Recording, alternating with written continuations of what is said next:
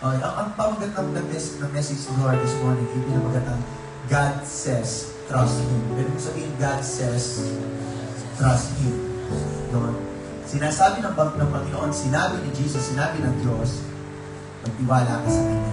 Yun. Sa Kanya po galing yun, hindi sa akin. At ito po yung sinasabi ng John chapter 14. Ano sabi niya? Huwag mabagabag ang inyong puso. Sumampalataya kayo sa Diyos, sumampalataya din naman kayo sa akin. Yun po yung sinabi ng John chapter 14. At ang nagsasalita po ito sino? Si Jesus. Amen po. Ito yung time na malapit na siya umalis. No? At lagi niya pinapaalalahan, sinasabihan ng kanyang mga apostoles na kung saan that the time para sa kanyang buhay ay maaaring dumating na kung saan siya po ay mawawalay na sa kanila.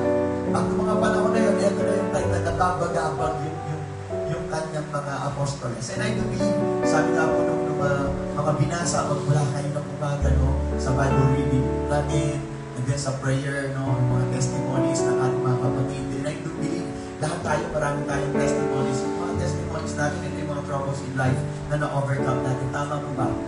Tama po ba? Amen. So, again, dito sa verse dito, sabi niya, meron sinasabi pa nila, huwag mabagabag. Do not be troubled. Let not your heart be troubled, sabi niya. So, ayaw ng Panginoon na makaranas tayo ng pagkabagabag. Sabi mo sa katabi mo, ayaw ng Diyos na nakakaranas ka ng pagkabagabag. Ayaw ni Lord John. Bagaman na ayaw ni Lord, meron tayo, church, lagi natin ine-entertain yung pagkabagabag. Amen ba? Huwag mo entertain yung pagkabagabag sa iyong sandali. Ayan.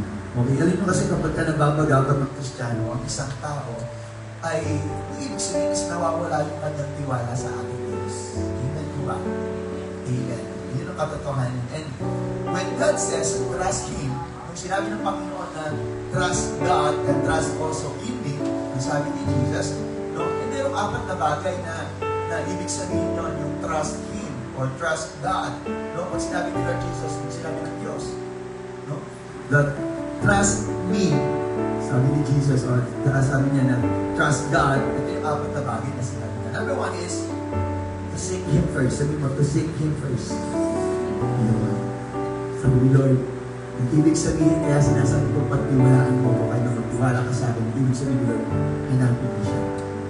Amen po ba? Amen. So, Matthew 6:33, alam natin itong lahat ng itong verse na ito. Ngunit, higit sa lahat, ay bigyang halaga ninyo ang kaharian ng Diyos. Sabi na, let us give importance.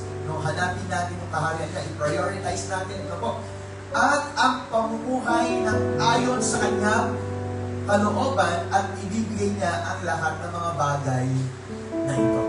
Ang sabi ni Lord, hanapin natin siya. Let us seek Him. When we seek God, kapag ating hinahanap ang Panginoon, ang ibig sabihin, we put our trust on Him. Nakan niyo po ba, church? Kasi sinabi ng Panginoon Sabi ng Panginoon, God says, trust in Him. Si Lord na nagsabi nun, hindi ako. Pagkatiwalaan mo ko, magtiwala ka sa akin. So, ang ibig ng pagtitiwala sa Diyos, ang nais ng Panginoon iparating sa atin is, let us seek God first. Tama mo ba? Let us seek God first. Ito yung sinasabi ng Bible sa Matthew 6:33. Hanapin muna natin ang Diyos. Bigyang halaga natin ng Diyos, maging ang kanyang kaharian. Hindi yung meron kang mga pagsubok sa buhay ang gagawin mo pag bumukbong ka. Mag-iisa ka. Bakit? Nababago ba niya yung sitwasyon mo kapag nagbukbong ka? Kapag nag-isip ka, mababago ba niya? Hindi, di ba? Mas lalo mo lang entertain yung pagkilos ni Satanas sa iyong buhay para na sa ganun, i-isolate ka niya. Ang purpose na siya, kung bakit siya nagbibigay ng mga problema, mga pagsubok sa buhay, mga alalahanin sa buhay, is para i-isolate ka niya, ilayo ka niya sa Diyos. Naman niyo po ba, church? Kaya nga mag-iisip ka may pagsubok ako ngayon, alam ko sa Satanas na ang nais mo ay ilayo ako sa Diyos, ilayo ako sa pananampahan sa Diyos, ilayo ang aking pagtitiwala sa Diyos. Well, di ba? Ito yung pagkakataon to seek God. To seek God. nangyayari sa mga Kristiyano? Anong nangyayari sa Kristiyano ngayon? Are we seeking God in our life? Pinaprioritize ba natin si Lord sa ating buhay? Araw ng pananambahan, nasan tayo? Nasan tayo? Ito isang masakit na bagay. Laging hinahanap ng Panginoon to. Laging nais makita ng Diyos na tayo po ay hanapin siya. Sapagkat nais ng Diyos na makasama niya tayo. You know what, church? By seeking God, it means we are expressing our faith on Him. Di ba? Kasi yung faith natin para sa Diyos lang eh. Kapag hinahanap natin siya, ibig sabihin, Lord, I want to express my faith to you. Amen. Kaya nga, akala ng ibang mga Kristiyano, nag-church sila, nag-worship sila, tumutugtog sila, nagsasonglit sila. Akala ng pastor, dahil nag-preach siya, at pastor siya, may meron siyang faith. If we are not seeking God, then you don't have faith. Kaya nga hindi nagiging effective yung preacher because wala siyang faith. Kaya nga hindi nagiging effective yung mga song leader, mga musicians, because they don't have faith. Bakit? Because they are not seeking God in their life. Church. Kaya nga maraming mga Kristiyano, they don't have faith. At kapag wala kang faith, hindi mo nararanasan talaga ang pag-ilos ng Panginoon. Yun ang katotohanan. Nakakalungkot, kapag as a Christian, nararanasan natin ang kapangyarihan ng Panginoon. Nararanasan natin yung presensya niya. Nararanasan natin yung kasampatan ng Diyos sa ating buhay. But because we are not seeking Him, hindi natin siya hinahanap, hindi natin siya pinapriority, hindi natin binibigyan halaga ang kaharian ng Diyos. Nakakalungkot. Kasi kabisado natin itong Matthew chapter 6 verse 33. Seek first the kingdom of God and His righteousness, and all these things shall be added unto you. Alam natin yung verse. Alam natin that God can give, that God can supply, that God can provide. Pero ano ginagawa natin? Are we seeking the source of everything? No. Hindi natin inuuna o hinahanap yung nagbibigay ng lahat ng bagay. Pero ang sabi ng Panginoon, tandaan natin, trust Him. Sabi mo, trust Him. Yun ang bagay na dapat natin gawin. Ganito po sa Hebrews chapter 11, verse 6. Anong sabi ng Hebrews 11:6? Hindi, tingnan niyo po, hindi maaaring kalugdan ng Diyos ang walang pananampalataya sa Kanya. Tama po ba? Sapagkat ang sino mang lumalapit sa Diyos ay dapat sumampalatayang may Diyos at siya ang nagbibigay ng gantimpala sa mga kumakalap sa Kanya. You want to be blessed by God? You want to experience everything that God has and have. Gusto mo maranasan mo yung kung ano man yung meron sa Diyos eh. Pero hindi mo naman siya hinahanap eh. Hindi pwedeng mangyari na maranasan mo yung mga pagpapala sa buhay mo na hindi mo hinahanap si Lord.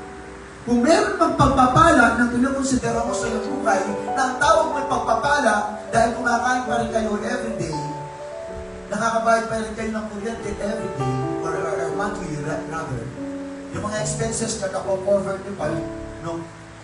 Maaring hindi na sa Diyos yan eh. Maaring si Satanas na rin na nagpo-provide o nagbe-bless sa bawat tao na hindi umahanap sa Diyos.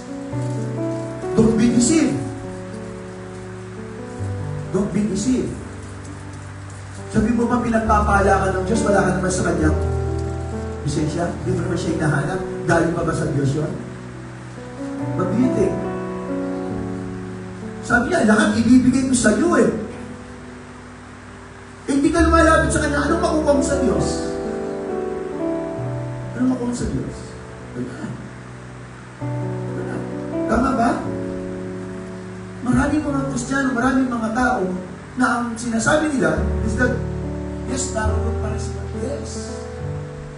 Naroon lang naman talaga sila. Pero nung binubuhay-buhay ko to, kung wala ka sa Panginoon na nagbibigay ng pagpapala, at ngayon nakakakain ka pa rin kahit paano, nakakabayad ka pa rin, nakakaraos ka pa rin araw-araw, kanino galing yun sa Diyos, ha? O dahil napakahirap ka, ginawa mo yun sa sarili mong pamamahay, na ikaw ay binaya ni Satanas. Sige, trabaho ka lang.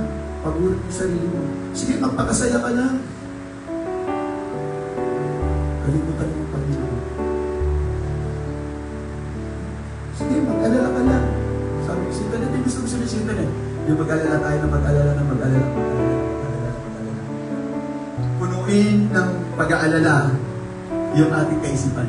You know what, church? Kung titignan natin yung creation ni Lord, hindi create ng Diyos ang tao to worry. Hindi. Walang puwang ang worriness sa isip. Tingnan niyo po, pag pumasok yung worriness at yung fear sa kaisipan, nasisira yung isip ng tao. Nakakasira yun at ayaw ng Diyos yun. That's why God did not create fear, no po, anxiety, depression, stress. Hindi create ni Lord yun para ipasok sa ating isipan. It is Satan. Ini-create na ni Satan. At ipinapasok niya ito sa ating isip. Parang sa ganun, kung puno-puno tayo ng pagkatakot ng pangamba, pag-alala, hindi mo nagsimba. Amen po ba, church? Nandiyan ka pa ba? Ang sabi ng Panginoon, trust me. Napakasimple na sinasabi ng Panginoon, trust God, trust me. Pangalawa, pag sinabi, when God says, trust Him, it means to wait for Him. Sabi mo, wait for Him. Hindi na maganda eh. Kasi ang lahat na nagtitiwala sa Diyos, naghihintay sa Kanya. Amen po ba?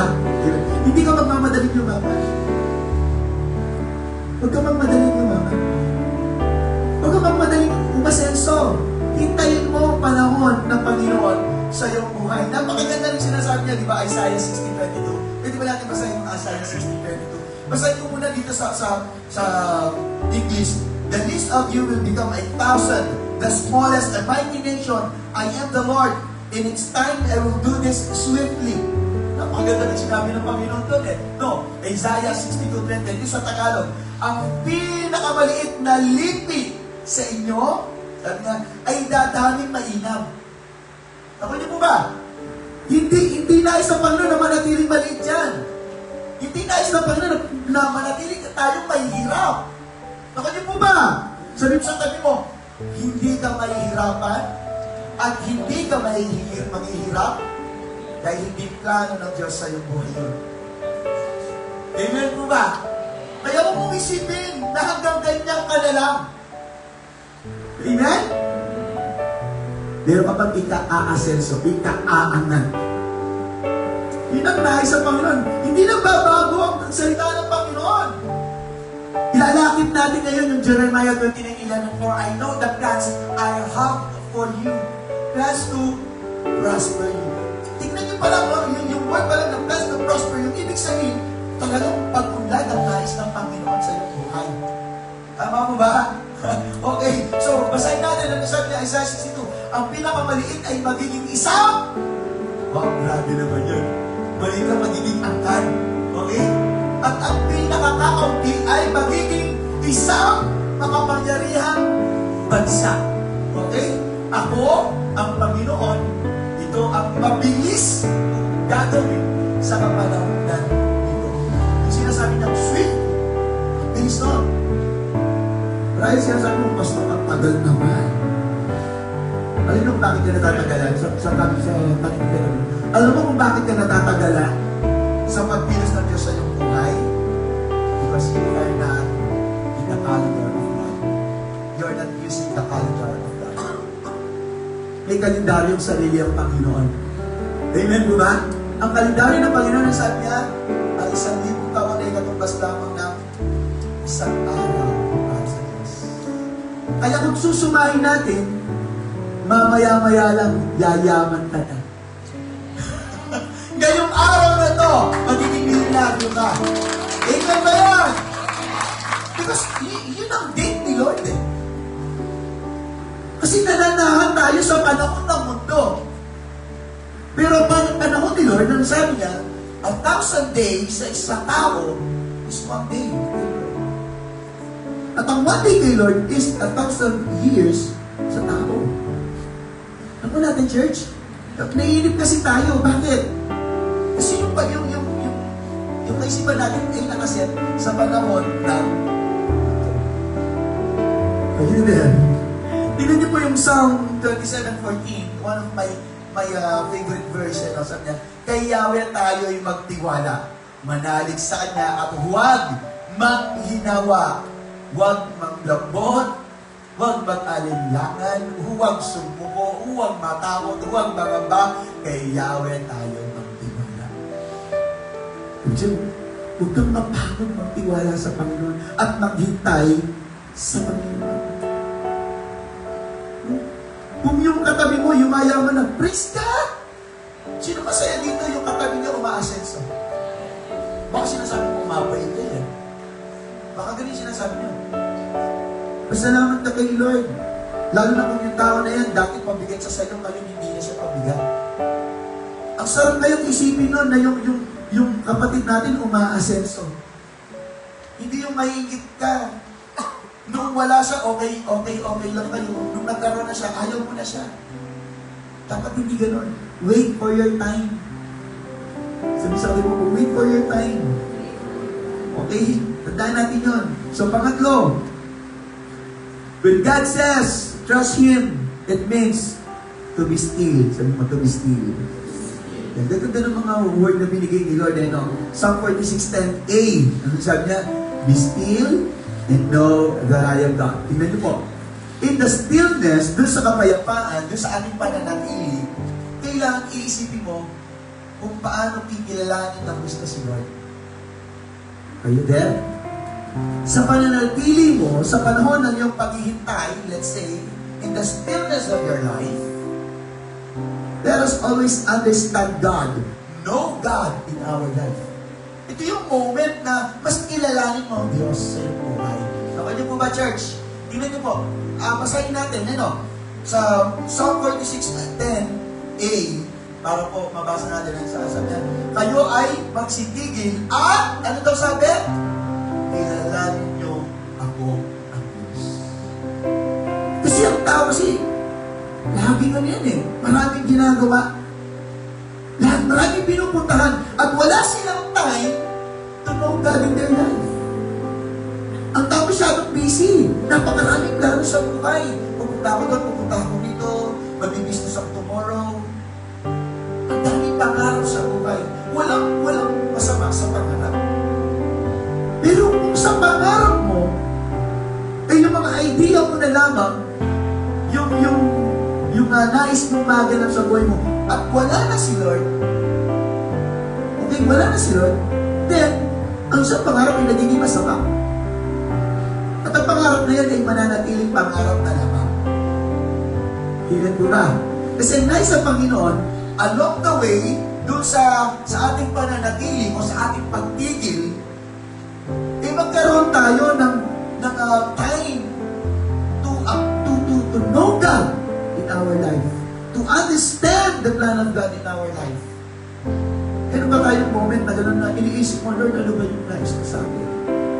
Iniisip mo ba yun? Sabi ng Panginoon if you trust God, you will be still. Kung naniniwala ka talaga sa Panginoon, nagtitiwala ka sa Kanya, mananatili ka lang sa Kanya. Hindi ka lalayo. Kaya nga alam yung napakaraming mga Christian, napakasinungaling. Totoo po yun. May pagsubok sila, may pangangailangan sila. Anong ginagawa nila? Hahanap sila ng mga tao makakatulong sa kanila. Sumasampalataya sila kay Lord, pero hahanapin siya araw na gawain. Kasi siya, wala siya. Wala silang kapanatagan. Pag sinabing stillness, meron kapanatagan doon. Kasi yun yung time na nakikilala ko si Lord. Ang sisti kasi wala na tayong panahon para kilalanin si Lord. Kasi masyadong marami tayong ginagawa sa ating buhay. Busy tayo. Busy tayo na umasasya sa buhay ng mayaman na yan. Tatagpuin yung mga everyday needs natin. That's the reality. Yun ang katotohanan. Busy tayo na kung yung moment na dapat sana'y nagbabasa tayo ng Bible, nag-worship tayo, yun yung time na mas lalong inisip ano yung gagawin ko. Alam nyo, napakagaling talaga ni Pastora doon sa Bethel. Lagi niya sinasabi, isip ng isip, wala nang isip. Totoo po yan. That's true. Tandaan natin na ang kaisipan ng tao ay merong hangganan. Okay niyo po ba? We don't see the future. We don't see the days ahead of this day. Hindi natin alam kung ano yung ahead of time. Yung mamamaya, hindi natin alam eh. Tama ba?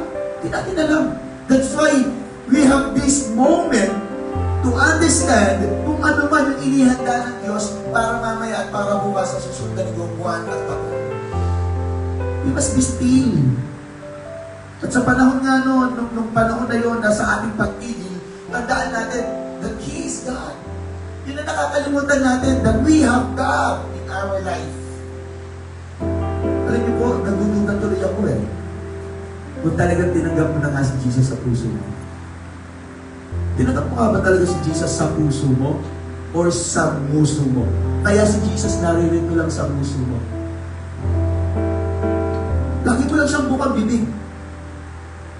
Lagi lang. Pero wala siya talaga dito. Kaya ang nangyayari, pag mayroong pagsubok sa buhay mo, o may mga kaganapan sa buhay mo, hindi na ka nais-nais, wala yung pananampalataya mo pagtitiwala sa Diyos. Bakit? Kasi si Jesus naririto lang sa bibig. Di bang sinasabi natin, itong tao na to, ang galing lang magsalita, mayabang-yabang salita. Pero alaya tugma.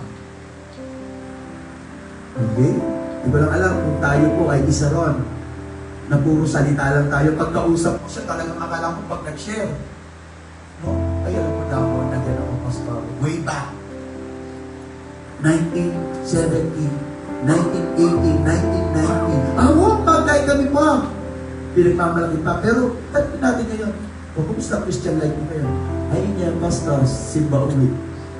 Pero matagal nang nabuhay na yan. Daw. Matagal na nag-a-attend. Daw. Siyempre, kwentong barbero sa niya po yan. Sabi nga ni Brother Edwin, isang yan ang bulong kawalan, Pastor. Mga malalalim na salita ng kapagpanan. Dala na kanyang anong lugar. Puro pagtasa lang.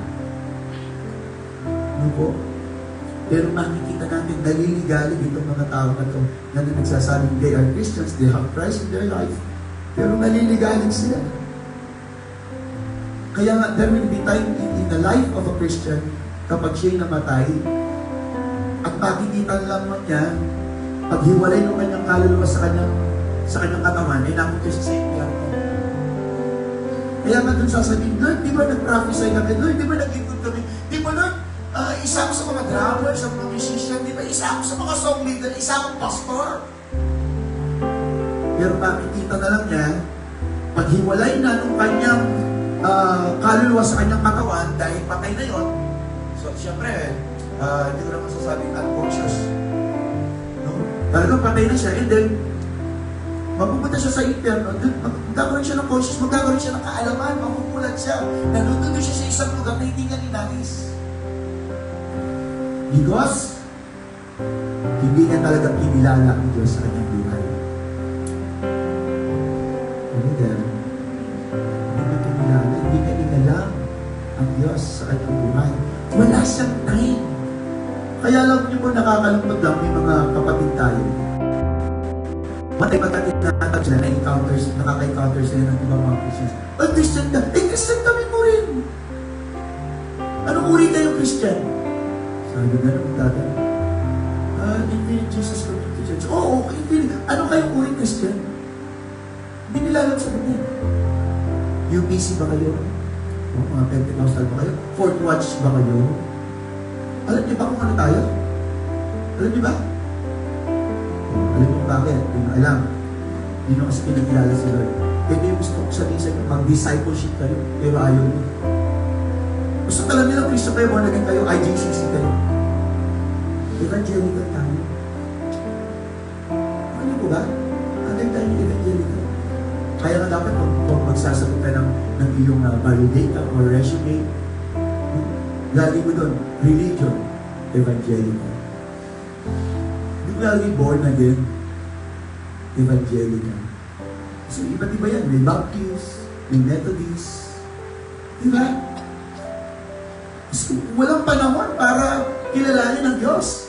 May panahon para mag-isip ng mga problema, ng mga pamamaraan, kung saan nagagastusin yung pera niya, mga lugar na pupuntahan. We have so many plans in our life, but we don't have any plans to grow in faith. Wala tayong panahon na ganun. Kasi nga, YOLO di ba? You only live once. So gawin na natin. Yung makapagpapasaya sa atin, sa katawan. Yung makapagpapasaya, makakapagpasigla, makapagliligtas na yung mga kalima, ginagawa ba ng Diyos?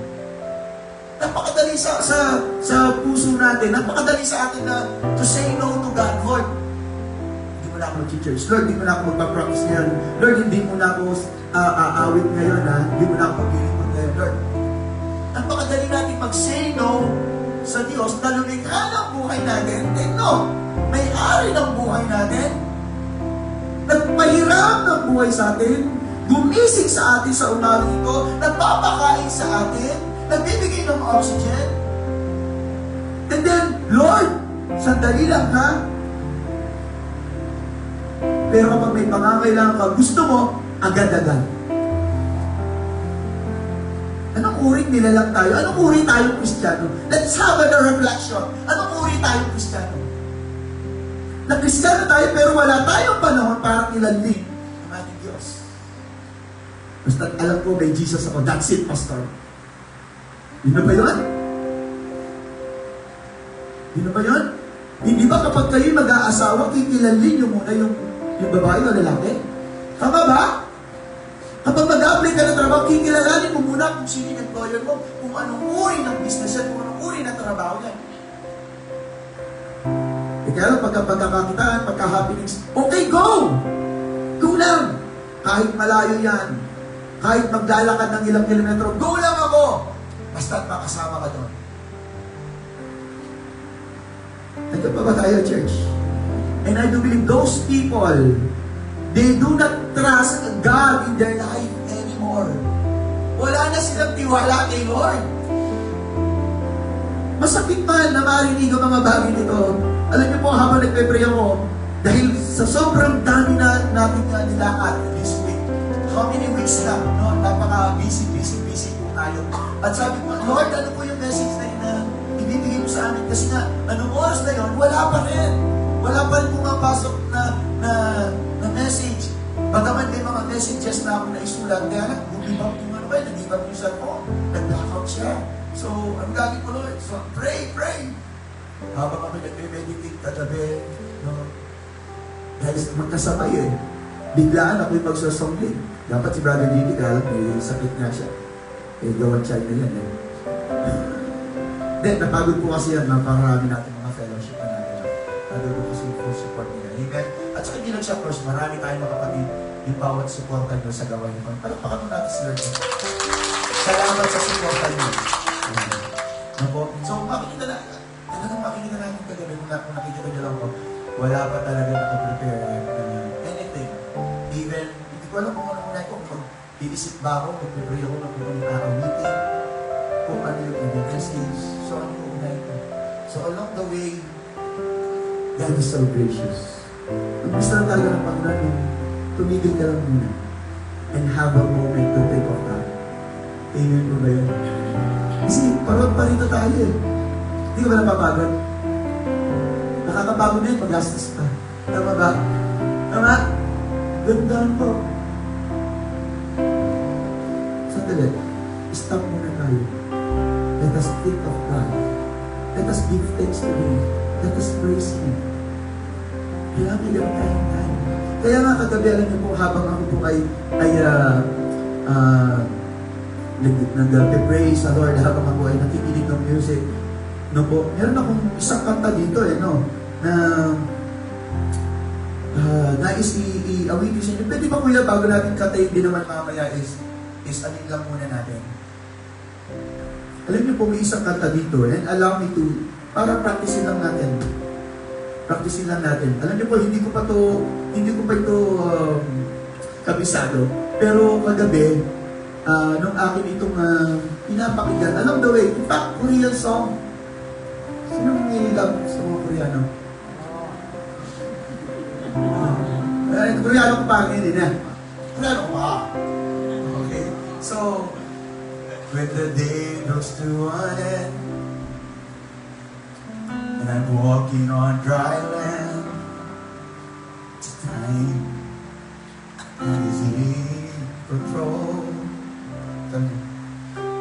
When my strength is not enough, and I walk with empty hands, I confess you are my provider, God. Ganyan yung chorus, sabi po niya. Habang nagtago ako, grabe trust. Kasi yung pamagat na, God says, trust Him. At sabi niya, God's at work in our life. Yes, He is in our life. As we get to hold to Him all that can be. God's at work in our life. Yes, He is in our life.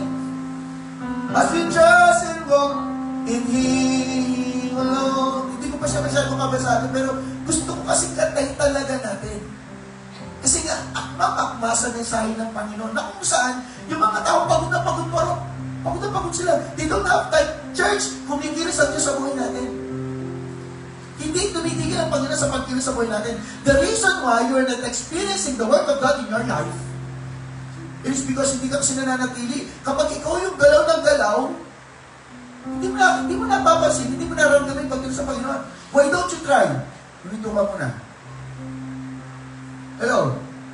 Para kung salita ka ng salita, hindi mo marinig yung tinig ni Lord. Tama mo ba? Pero kung meron kang pause, Lord, I want to hear your voice. Kaya kahapon, sabi ng asawa ko, lalabas na ako. Kasi gusto ko manatili lang. Kausapin si Lord. Pakinggan siya. And that small voice, nung ako po yung gumagawa ng message, this song, instrumental siya. Hindi ko alam na kung anong lyrics, instrumental lang siya. Wow, first time ever ko namin itong song na to. Sabi ko, it is a compilation of song. And then hinanap ko, sinerge ko, God's at work. Grabe, sabi ko. Sakto-sakto sa message niya. Isang bagay na nakakagilalas. I'm so amazed bakit. Tumigil lang ako sa dali kasi morning ng kahapon, ang dami kong ginawa. Wala akong time to think, to pray. And then, nung gabi na nga, I stopped. And I listened to God. Lord, what's your message? And then sabi ni Lord, magtiwala ka sa akin, bibigyan kita ng message. Oo nga, Lord, ano po yung message? Magtiwala ka. Lord, ano po yung message? Magtiwala ka. Lord, yun ba yung message? God says, trust Him. And then along the way, ginagawa ko yung message. Alam niyo po, maaaring di kayo maniniwala sa mga sinasabi ko eh. Kasi hindi niyo pa na-experience yung na-experience na nagpipilit sa nagpipilit ng message. Alam niyo po ba, kung ipapakita ko sa inyo yung ginagawa ko message, mga main points lang yun. Wala yung ina-explain kung napakarami. Wala. Pero nagsasalita ko ng 2 hours, 1 hour and a half, dire-diretso, ang bilis ko pang magsalita.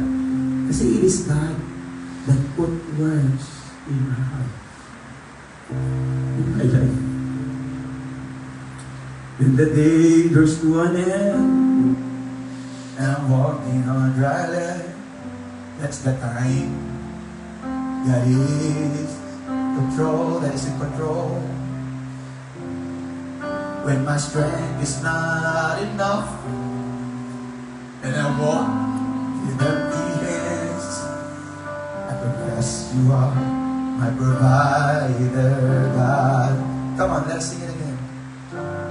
God's at work in our lives.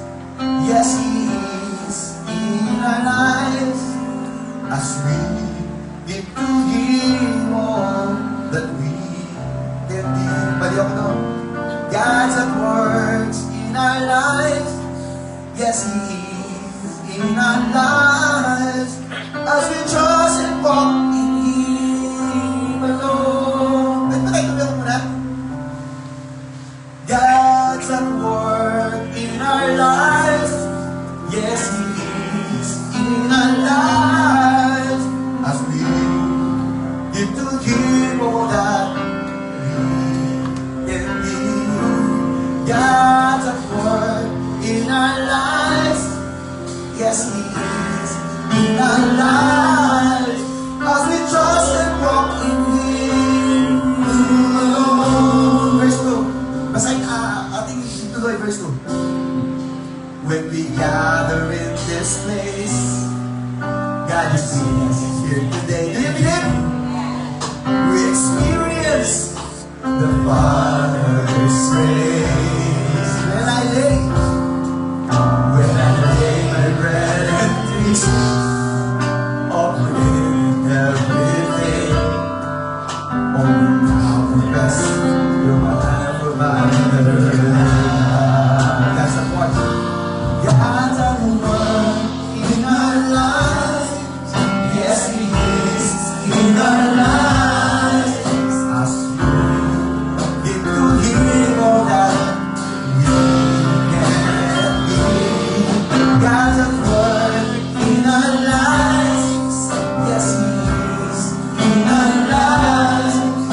As we trust and walk in Him alone. Isa pa. God's at work in our lives. Yes, He is in our lives. As we give to Him all that we can give. God's at work in our lives. Yes, He is in our lives.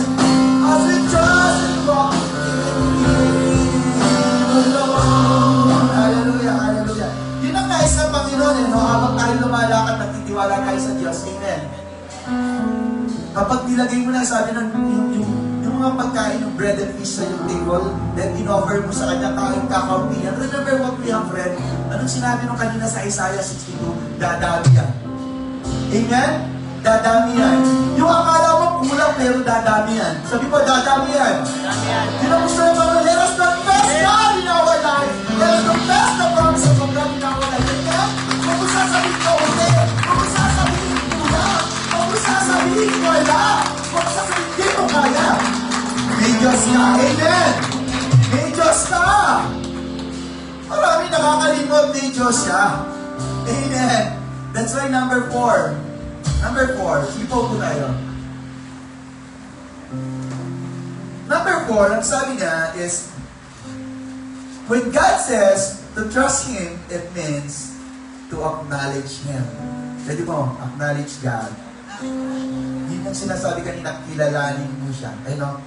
Pag malakas tayo, masaya tayo, malungkot, may karamdaman, nag-iisa, may mga pinag-aaraanan. Ito yung time para i-acknowledge mo si Lord sa iyong buhay.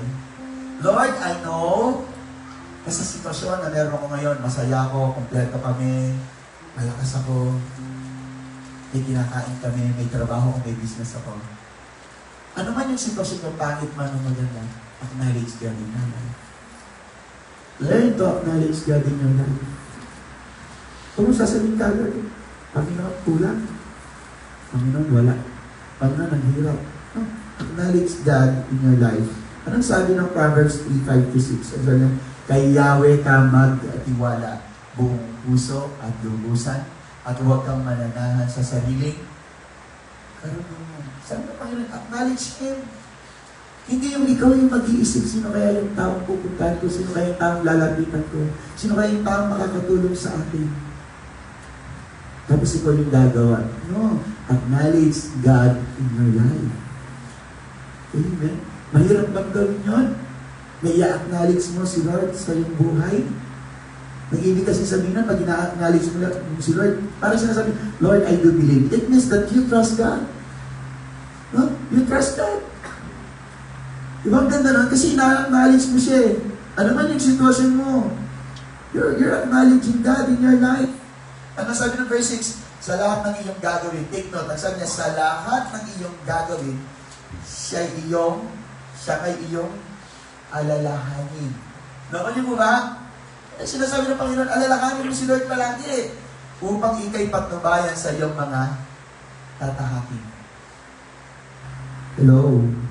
Sa bagay na hindi natin ginagawa. Kapag may gagawin tayo, gagawin lang natin. Bakit? Kasi alam natin, kaya natin. Alam natin, malakas tayo. Alam natin, nakapag-aral tayo. Alam natin, mapamaraan tayo. Alam natin, maraming tutulong sa atin. Church, sandali. Ang sabi ng Bible, alalahanin natin si Lord sa lahat ng gagawin natin. Amen? Kaya nga kapag may gagawin na isang bagay, bagaman alam mo na maganda, pero pag inalaala mo si Lord, ang sabi ni Lord, oo, maganda nga yan. Maganda yung balakid mo. Pero ang tanong, madadakila ba si Lord? Mapapapurihan ba si Lord? Yes.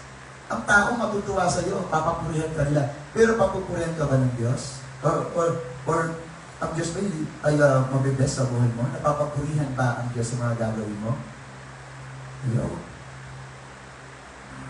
Kristiyano tayo, tama? Kristiyano ba tayo? So, ang Kristiyano ay God-pleaser. We want to please God in our life. Hindi yung tao. Kasi madalas mas nahihiya tayo sa tao kaysa sa Diyos eh. But Lord, sandali, marinya ko eh. Nahihiya kasi ako sa kaibigan ko. Kay Lord, hindi ka nahihiya. Hindi tayo nahihiya kay Lord. Pero sa tao, nahihiya tayo. Bakit? Bakit tayo nahihiya sa tao? Bakit sa Lord hindi? Hello, church. Ba't gano'n? No? Ba't gano'n? Alam niyo po sinasabi ko sa inyo ito? Para man sa ganun, magising yung ating kaisipan. Hindi para saktan kayo, hindi para patamaan kayo, kundi para itama kayo. Kasi bago kayo. Tandaan niyo po yan. Alam niyo, may mga kapatid tayo. Pag-isang kinabasa ko. Oh, brother, sister. Ang tagal mo ng dinang souls. Alam ng kapatid natin na kung sino yung mga kinabasa mo gano'n. Pinapaalalahanan ko sila. Yeah. 1 Corinthians 10:31, ano sabi? So whether you eat or drink or whatever you do it all for the glory of God. Diba yun ang sinabi ng Bible? Punta po tayo sa Colossians chapter 3, verse 17. And whatever you do, whether in word or deed, do it in the name of the Lord Jesus, giving thanks to God the Father through Him. So baba tayo ng konti, verse 23 hanggang 24. Anong sabi? Whatever you do, work at it with all your heart as working for the Lord, not for men. Hindi po ba tayo, church? Nagagawin natin ang lahat ng bagay para sa Diyos, hindi para sa tao. Amen? Hindi tayo magpapakitang gilas sa tao, kundi sa Diyos. Verse 4, ang ganda nito. Since you know that you will receive, sabi nga na, since you know that you will receive an inheritance from the Lord as a reward, it is the Lord Christ you are serving. Sabi mo. So si Lord talagang mag-reward. Alam niyo po, when God says, trust Him, isang bagay po akong nais-share sa inyo. When God says trust Him, sa lahat ng mga moment, no, o mga verses, mga salita ng Panginoon, sinasabi niya, pagtiwalaan mo ako, magtiwala ka, maniwala ka. Makikita natin doon, no, na laging may kalapit na pangako. Bawat binabasa ko na salita ng Panginoon, laging may pangako. Basta pag-uutos ng Diyos, laging may pangako. Grabe si Lord, no? Kasi alam niya ang tao kung susunod dyan pag mayroong suhol. Parang yung mga bata nun, bili ka nga suka, 5 piso. Tatakbo ka. Mas mahal pa nga yung binigay sa'yo kaysa dun sa binili mo. Lalo tayo nga, di tayo nagbabalik ng sukli, di ba? Yung ugali natin. Ang Panginoon, alam na tayo that we need something. That's why yung sabi ni Lord, do this, do that. Kasi gusto ni Lord yung obedience. And yung obedience ang kapalit niya reward. Sabi mo, reward. Yeah. Do you want reward from God? Gusto mo ba na reward kay Lord? Obey Him. Kung ayaw mo ng reward kay Lord, huwag mo siyang sundin. Ganun lang kadali yun. But if you want reward, kung gusto mo ng gantimpala kay Lord, sumunod ka sa Kanya. Huwag mo sabihin, hindi mo na kailangan ng gantimpala. O kung kailangan mo ng pagpapala, sumunod ka sa Kanya. Kung ayaw mo ng pagpapala, huwag kang sumunod. Ganun lang po kasimple yun. Kung gusto mo na magulong buhay, gusto mo magulong pamilya, huwag kang susunod kay Lord. Huwag. Okay lang. Hindi naman po kami maguguluhan ng buhay. Kung akala mo okay kayo ngayong pamilya, church, pag malayo na kayo kay Lord, sabi ni Satan, malayo na sila kay Lord. Guguluhin po ulit sila. Do you love your family? Lapit ka kay Lord. Do you hate your family? Huwag kang lumapit kay Lord. May pangarap ka sa anak mo, lumapit ka kay Lord. Wala kang pangarap sa pamilya mo, sa anak mo, gusto mo silang mapariwara, huwag kang lalapit kay Lord. Huwag mo silang ilalapit kay Lord. Ganyan ang mga irresponsible magulang. Hindi nila pinapakilala si Lord sa kanilang pamilya. Ang sakit po, no? Pastor, ang kapal naman ng mukha mo. Responsable ako, pinalaki ko nga sila. Church, ang mga anak natin, kusang lalaki yan, tandaan yan, hindi mo siya pinalaki. Take note of that. It is a natural thing. It is a miracle of God na talagang bata, lalaki yan. Ipanganak mo lang yan. Lalaki yan, whether you like it or not. Tandaan niyo po yan. Kaya walang sino kung magulang magsasabi pinalaki ng anak niya. Iningatan, oo. Dinisiplina, oo. Pero pinalaki, no. Hindi mo ganun. They will grow. Kamote ang kainin yan, they will grow. Tandaan natin yan. Amen po ba? A responsible parents, ito po yung responsableng magulang. They lead their children to Christ. Ngayon, pag ayaw mo silang dalhin kay Kristo, ihanda mo ang sarili mo. Ihanda mo ang sarili mo. You will reap what you sow. Amen po ba? Amen? Church? Sige po, tayo pong lahat ay tumayo.